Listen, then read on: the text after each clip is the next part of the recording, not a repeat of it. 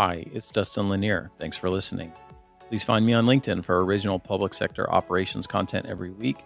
And please reach out to me if I and my team of procurement professionals at Civic Initiatives can help you be a public procurement change agent. So today we're joined by the renowned Jack Pellegrino from County of San Diego. Jack, I'm sure that there's probably very few people that don't know who you are, at least by name and reputation, but why don't you give an intro and then we'll jump into some discussion. Hi, Dustin. It's great to join you today and everyone. Jack Pellegrino, I'm the current director of purchasing and contracting here at the County of San Diego. Been in this role a little bit over 13 years now. And previously served in many other capacities as a procurement and contracts director in the aerospace industry. So half my career has been in public, half of it's been in private. So glad to join you today. Excellent. Well, you and I have known each other over the years, certainly, and most prevalent in that is going to be some of our involvement in CAPPO over the years, which is a great organization. And boy, this year, I think they set the bar pretty high. I don't know how much better it can be. So talk about your role in CAPPO and let's talk for a minute about how well that all went. Yeah, I mean, it was really an exciting year. A couple years past the pandemic here. I'm a past president. As you remember, I was the president during right at the end of the pandemic. I had the first conference post-pandemic, which was in Pasadena, and we struggled to get the better part of just 200 people at that first back in person conference. This year, a couple years later, we had a record of almost 650 delegates and almost 150 supplier partners that participated in the vendor show. And so really, your comment, Dustin, it was right on the mark. The curriculum that we presented and the folks that were in, it was an extraordinary learning experience. And what makes CAPPO unique in that it's all focused on work here in California. That's what CAPPO is, California Association of Public Procurement Officials. And doing business here is a little bit different than what we find with our colleagues across the nation. When we go to NIGP or associations like that, which procurement's not the same in all jurisdictions. Yeah, the content was really good. I got to speak on AI a couple of times. I have a speech that is somewhat more oriented at strongly encouraging people as individuals to get in and touch and experience. So we're developing an AI ready workforce. And the breakout that I had on that was standing room. And then you helped to facilitate an AI presentation the next day that you guys were generous to invite me to. And that was also standing room. So there was a lot of interest in that topic. And I'm sure the content topics were super well attended. That was a flat out 650, 700 people, and they all showed up. So I think that it was very excellently put together. Yeah, it's all about, you and I have spoken at length about this. It's all about, even though we need to connect as professionals in continuous learning. And, every time I have a conversation with you, I learn something. Every time I have a conversation with our colleagues or go to a conference like this, it's about making ourselves current, and I'll call it more proficient in what we do as a profession, so we can help our organizations. My last couple of reminiscing comments on CAPPO is, as a supplier, a lot of the value that you get out of events depends on how willing people are to actually kind of get in and have conversations. And I will say I was extremely impressed that people didn't avoid the expo hall and in fact were involved and engaged. I can tell you without spilling tea that doesn't happen in every event. And so I was really pleased that culturally the government side was willing to talk to their suppliers as partners. I think that's super important. And overall, the staff that helps make sure that that expo hall together is extremely receptive to feedback and conversation. And so overall, the CAPPO conference, I think for any suppliers who are in public procurement, you should be at CAPPO. And the fact that it's in California in January is also, it's a big plus for those of us who are freezing in other parts of the world. So, well, that's a great observation and insight because, someone has to be here. My background, and doing it in Palm Springs is really was a benefit. We had some rain, but not as quite as bad as the last week, so we kind of lucked out there. But your comment and insight about our ability to connect with our suppliers and partners, I think that's reflected. I've seen a change over my 13 years in the public side here, that I think we have matured as a profession. And I'll say it's a silver lining of what happened during COVID. We were not successful. We would have not been successful if we didn't have relationships with our business partners. We're all adults, professionals. We know where those red lines are.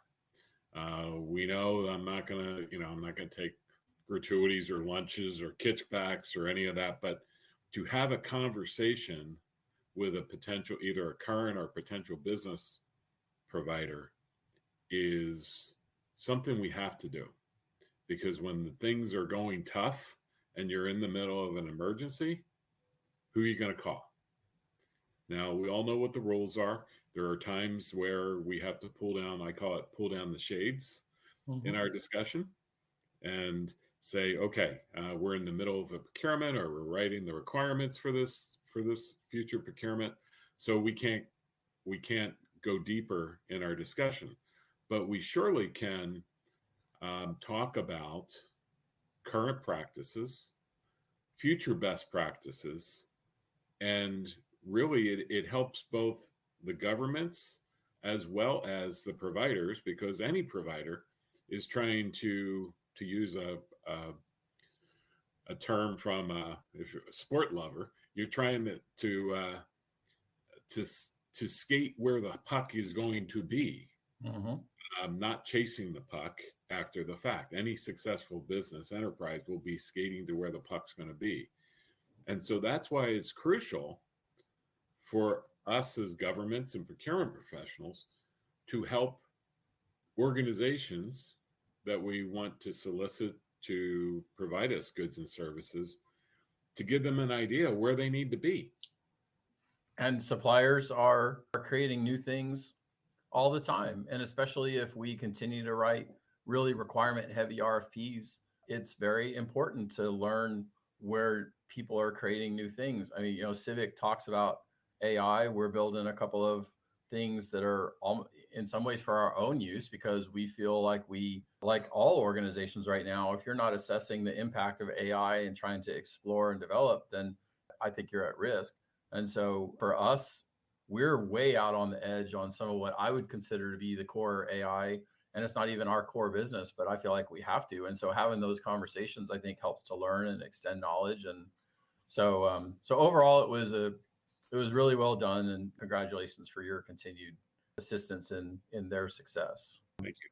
So let's come back to your day job, CPO for County of San Diego. That sounds like a pretty sweet gig, Jack. Well, it's every day is different, Dustin. Whether it be, and it really is it's a wonderful job. What I'm really blessed here is I have a great procurement team. I have 77 folks in the department. 50 some are procurement professionals, and we do everything. I think I'll just say for the record here, we are a centralized procurement function, and so all procurements, services, and products come through our organization. Where we do allow some delegated authority is we do low value transactions, and we use a purchase card, a P card, a Visa card, and that's delegated to departments within certain bounds and my responsibility, I have a department that manages and audits that on a monthly basis. But because of that, I describe everything we do. We buy everything from paper clips and office supplies to health services is a huge part of my portfolio. And then on the other side, I do some fun things, like we just bought a dual engine helicopter to help for our sheriff department because of the back country that we have here. We are often faced with, putting out spot fires on a regular basis. And the dual engine helicopter, it's the first generation of the next Bell helicopter. I think has 350 gallons tank on the bottom. And it's fascinating, Dustin, they can drop it from 40 feet on a spot to put out a fire. So it's pretty amazing. Yeah. I got to buy that, and I got a picture with it. I haven't gotten a ride yet, but they promised once they get it up in the air that I'm going to get a ride. So that's excellent. So Jack, you shared a little deck with me. We can sort of skim through anything you'd like to highlight in this in terms of what San Diego's doing. So just tell me where you'd like me to go, and we'll jump through this for a few minutes. So first of all, if you wanted to look at this, if you go to San Diego County.gov, and if you on the home page, if you see on the right hand side, there'll be a drop down that says business, and then it goes right over to procurement. So that'll get you to here. Won't go through the words. Why don't we just go to the picture charts? Might be best. You know what I've done, Dustin, over the years, and the reason we're so successful is we've aligned our organization to my operating groups. County of San Diego is approximately 20,000, a workforce of about 20,000 people. Kind of a cocktail fact for people is we're the second largest county in the state of California. We're the fourth in the nation with about 3.3 million residents. So from an operational point of view, you see on the left-hand side, or depending on how you're looking at the screen, how we're organized. And what has been very successful for us is we've organized my procurement support teams to align to the groups and departments that we're supporting. At the end of the day, our team is here to get our operating groups and departments what they need, when they need it, for a fair and reasonable price, within the rules. And those rules are often very varied, and they may be different. Whether I have federal funding, state funding, or it's just under local jurisdiction. So that's really the expertise that we bring, the value added. And I know you talk about value added every time I speak with you about how are we adding value to our departments. And I mean, you have a great team here, lots of names that people recognize. And I mean, it looks like you have enough span of people to cover a lot of topics. I know it might be an eye chart, but if you look at supporting, my biggest group that we support is Health and Human Services. We spend the better part of $1 billion in health and civic services, and doing that health services, everything from rehabilitation services for people with behavioral health problems, or providing nursing support for we have two hospitals we run, or providing aging independent services. That's much different than when I'm supporting the Department of Public Works, building roads, or even the sheriff when I buy helicopters for them or vehicles for them. So my goal is to have my procurement staff, and I appreciate that you say the word purchasing. We call them procurement or acquisition professionals. It's a broader, yes, purchasing is more transactional. And we have a lot of transactions we do. but it's about forming a relationship, Mhm. which is procurement and acquisition professional. I'll Mhm. call it a deeper relationship.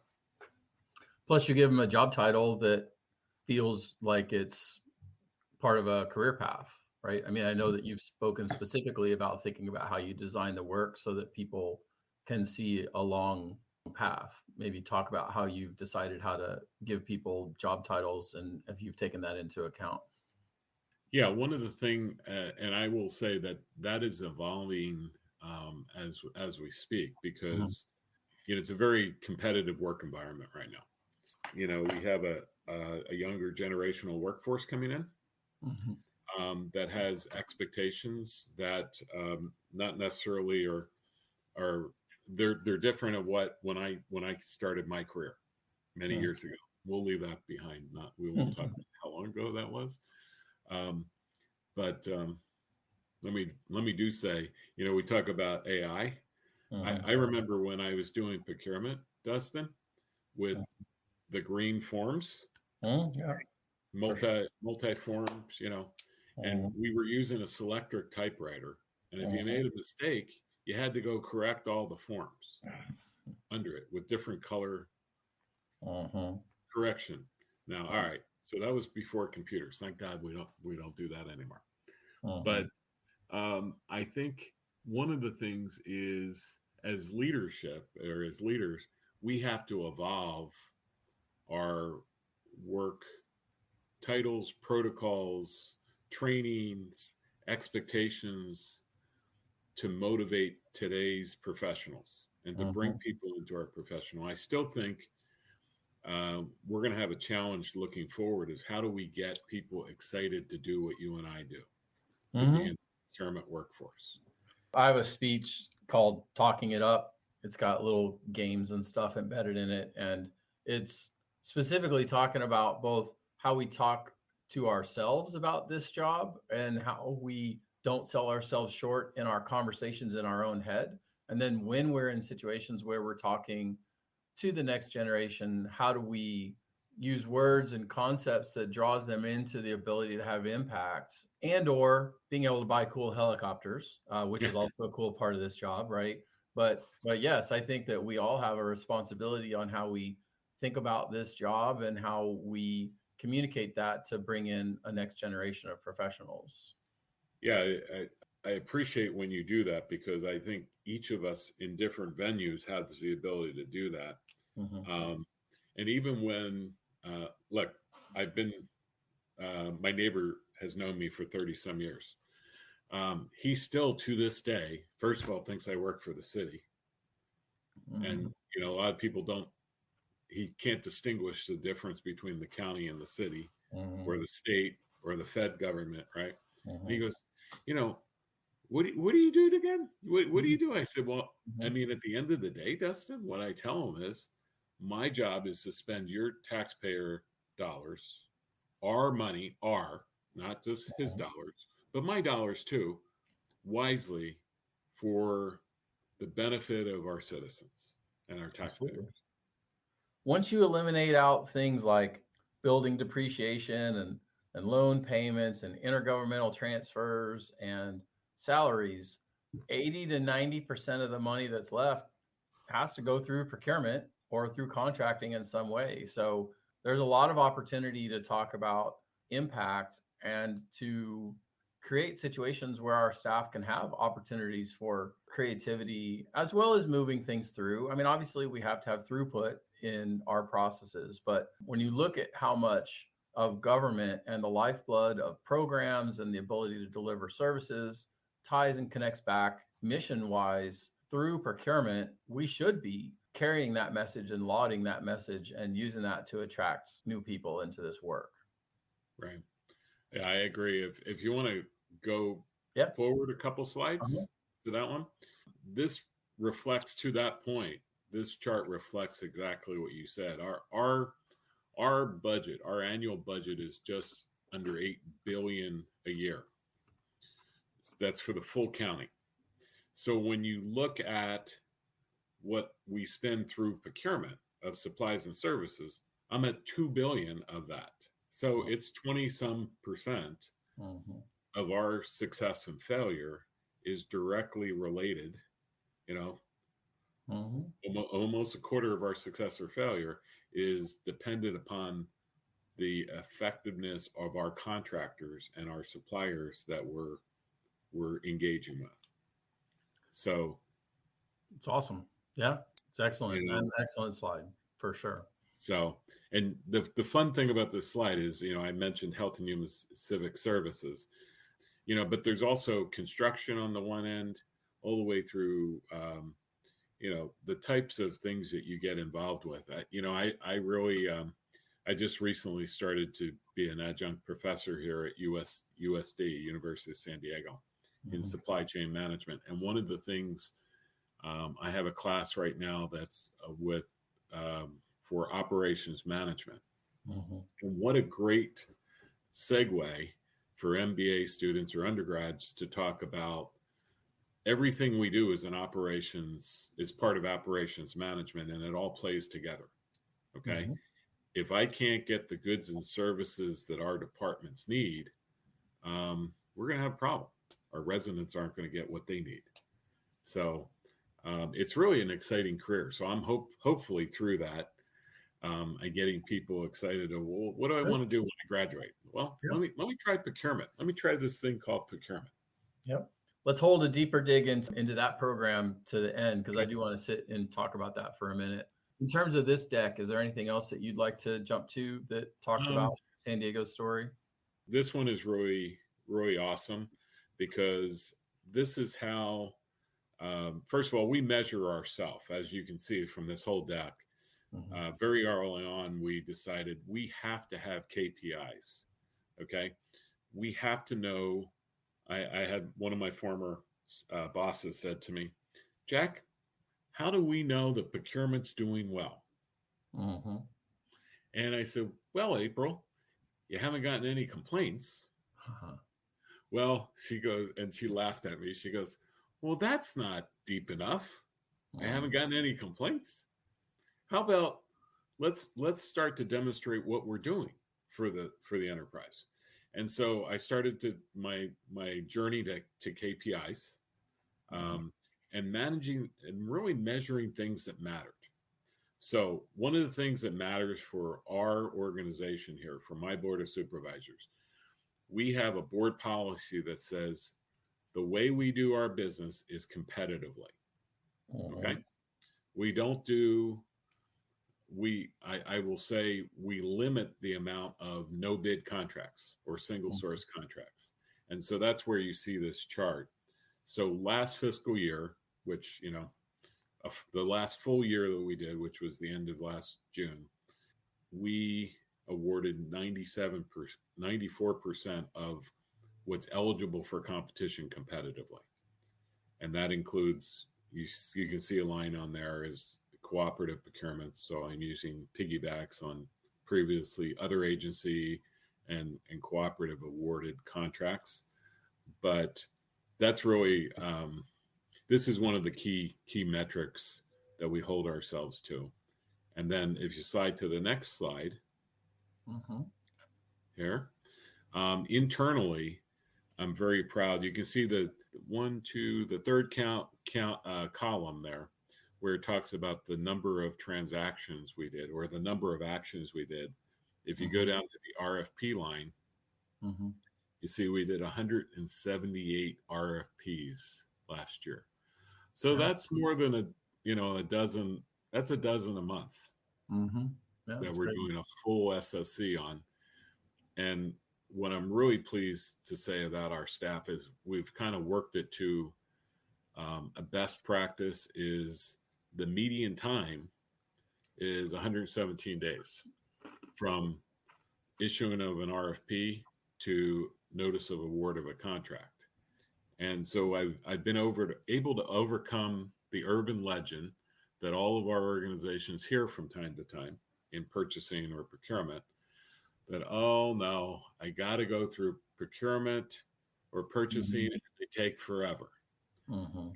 The old legend here was that procurement took 12 months to do an RFP. Well, I can prove that we're not taking 12 months to do an RFP. That's great. Well, good measuring. One of our main pillars of work these days is helping procurement shops deal with RFPs for specific competencies or capabilities. And so absolutely doing that number of RFPs with all internal shop and turning it in that time frame, that's laudable. So great job Yeah. to you guys. Yeah. And, I won't say that, the biggest thing to overcome some of this is people were saying, well, there was a concern that we were going to use this punitively. And it wasn't the case at all. We're using it to understand what the outliers are, right? Because there are some things that are going to take a lot more than 117 days. But hopefully we can articulate and make sure that it's happening for the right reason. Everything we do absolutely has to be ethical, transparent, and we really are looking. It's one of the reasons why I've always enjoyed my engagements with you, and whether it be at a conference or something like this, because we learn from each other. Back to where we started this discussion. Well, that's kind. I appreciate it. I definitely learned from you on stuff that you're working on. So you're at a high point in your career and a lot of success there. So I'll blend a couple of questions that I had on the list. How did you get to where you had the ability to do this job? And how does that speak to people who are trying to think about how they build a career in this space?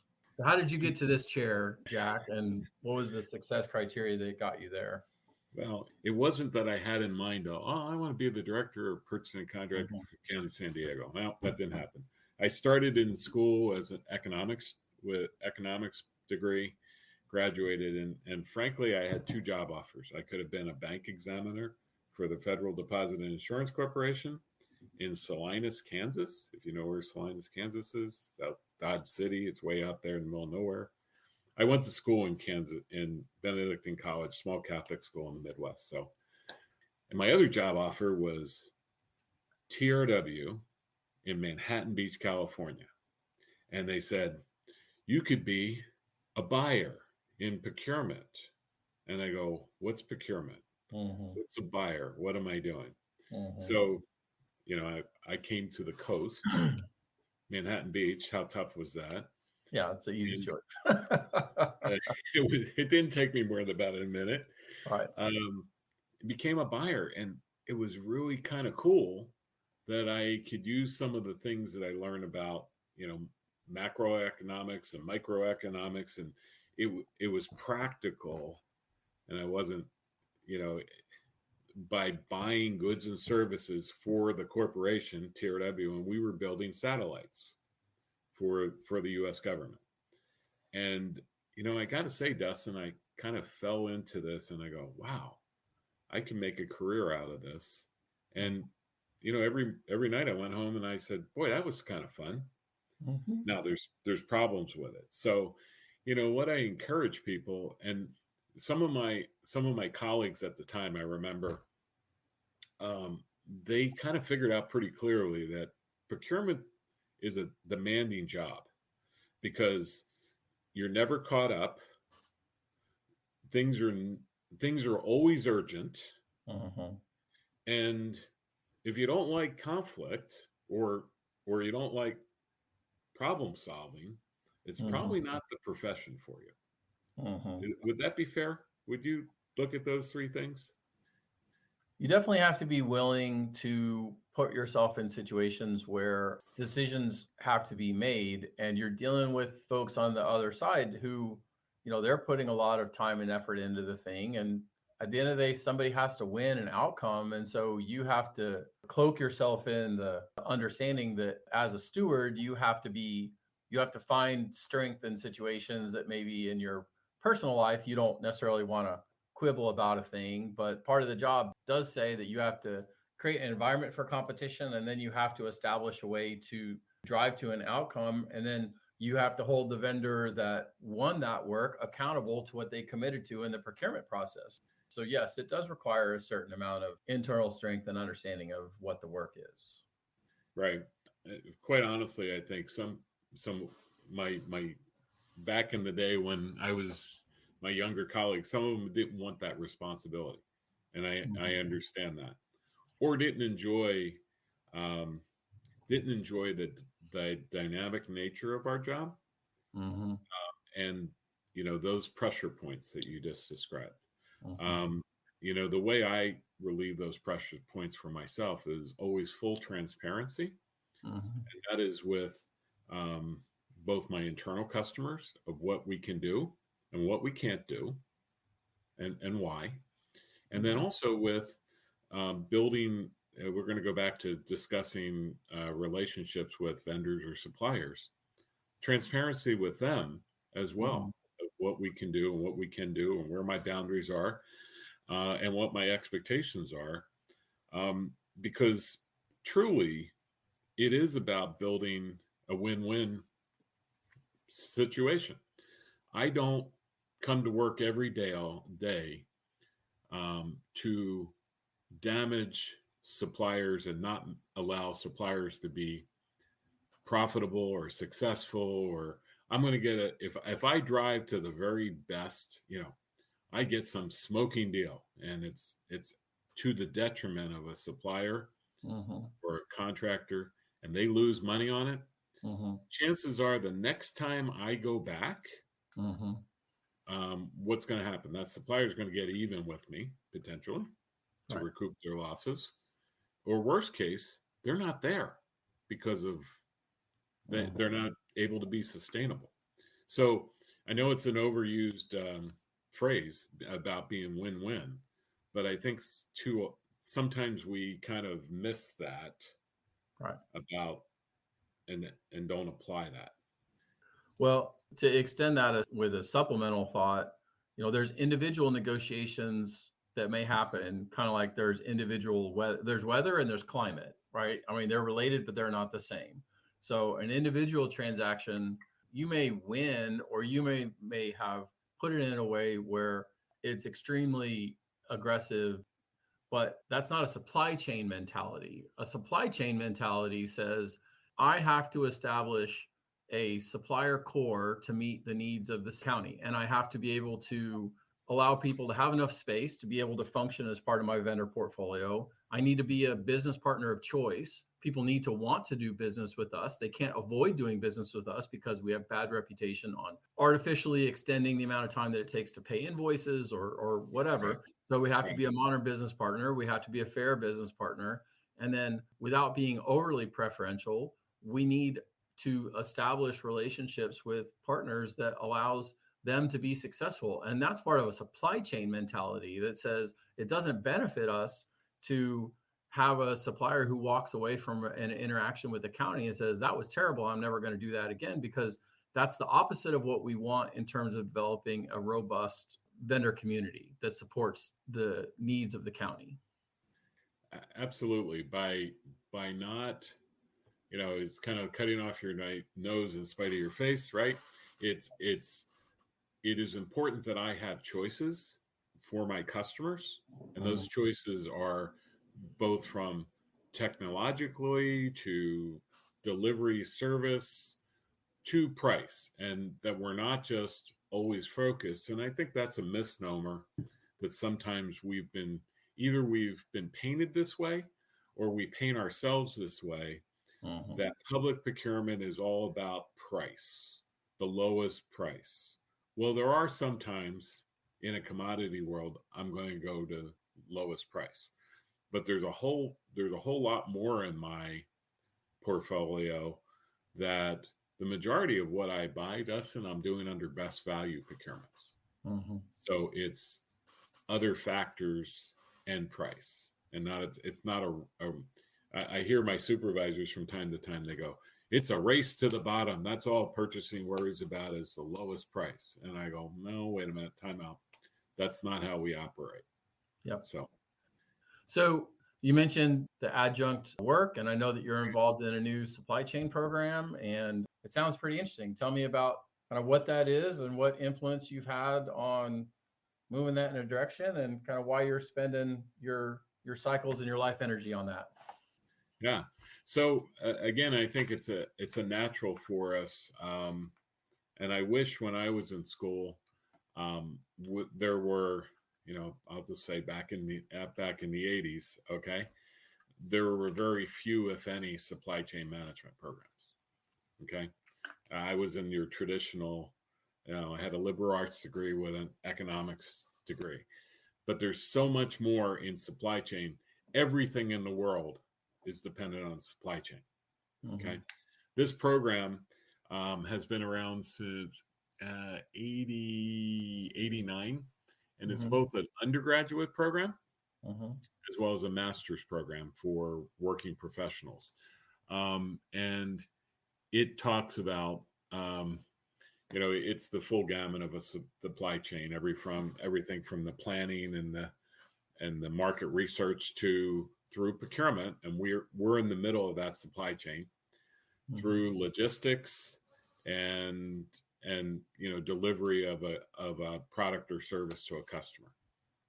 And what's kind of cool about this is, especially for the master's program, is now been developed to be a hybrid 22-month program for working professionals where um, it's still on a semester basis.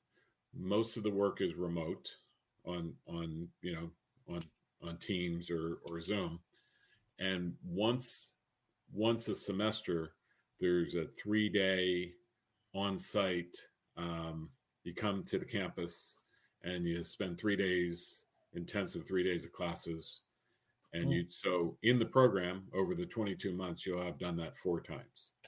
So it's truly an innovative program that way. And I'm excited to be part of it because I think there's a blending of, I've been involved with previously, I used to teach for San Diego State, and it was an in-person, classroom experience.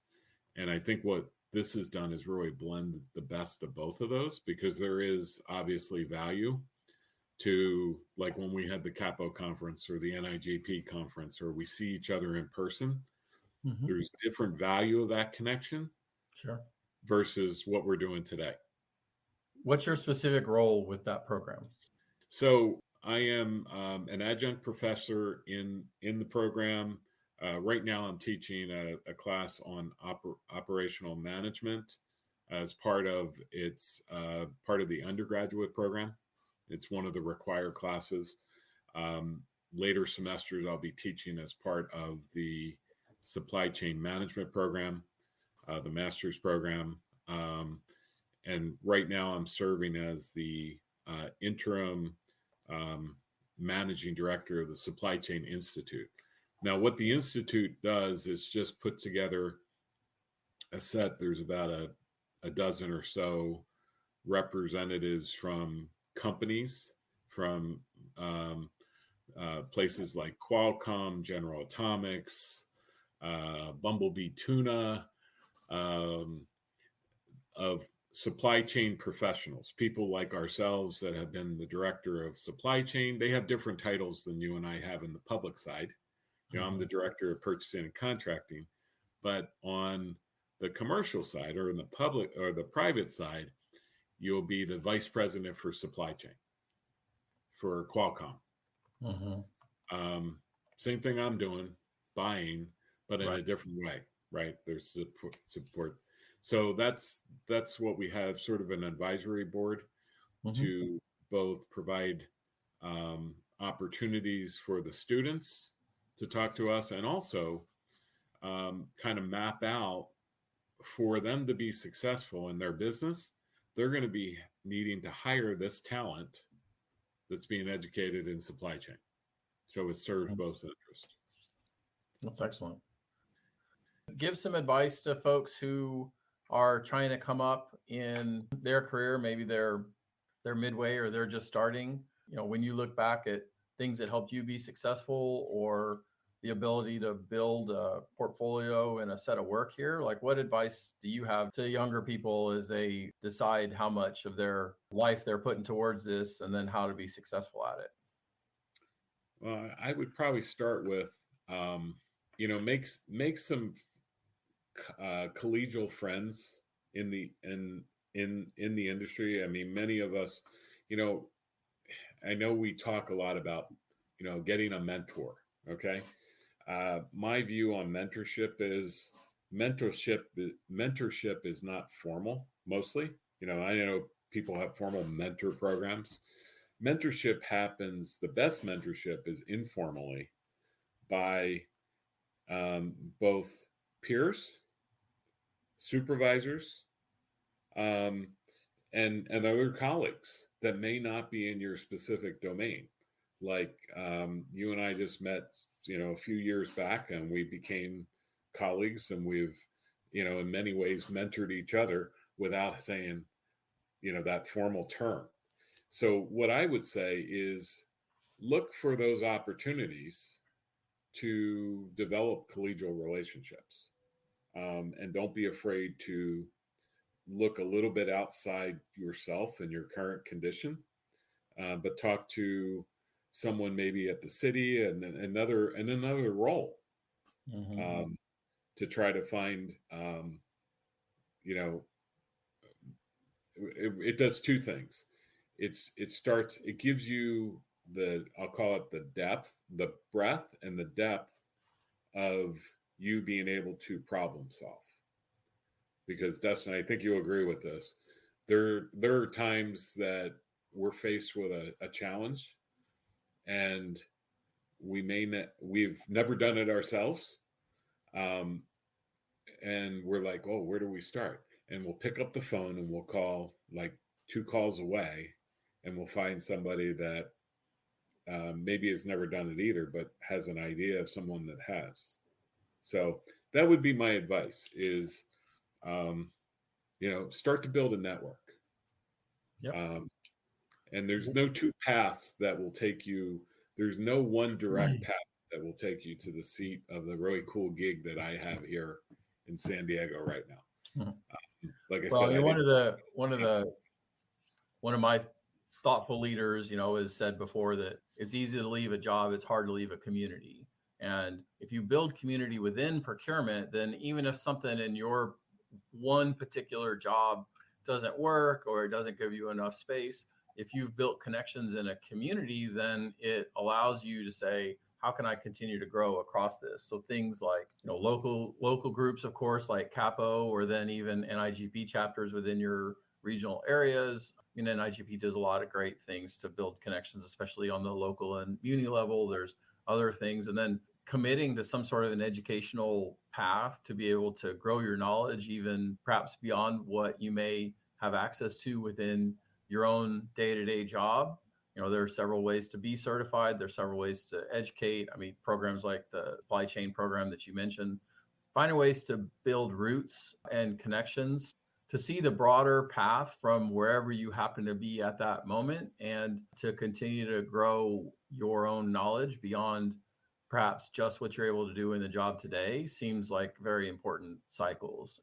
And I'm sure that you make commitments to your team to be able to provide them with educational opportunities to be able to build those kind of connections.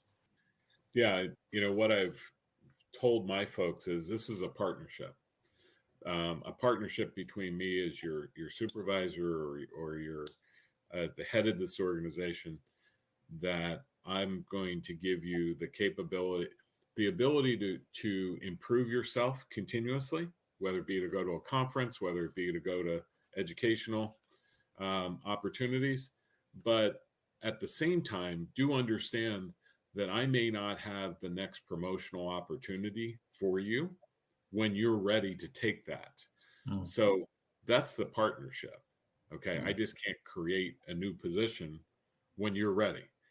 It may cause, or you may have to make that personal decision that it may be to go lateral, to go up.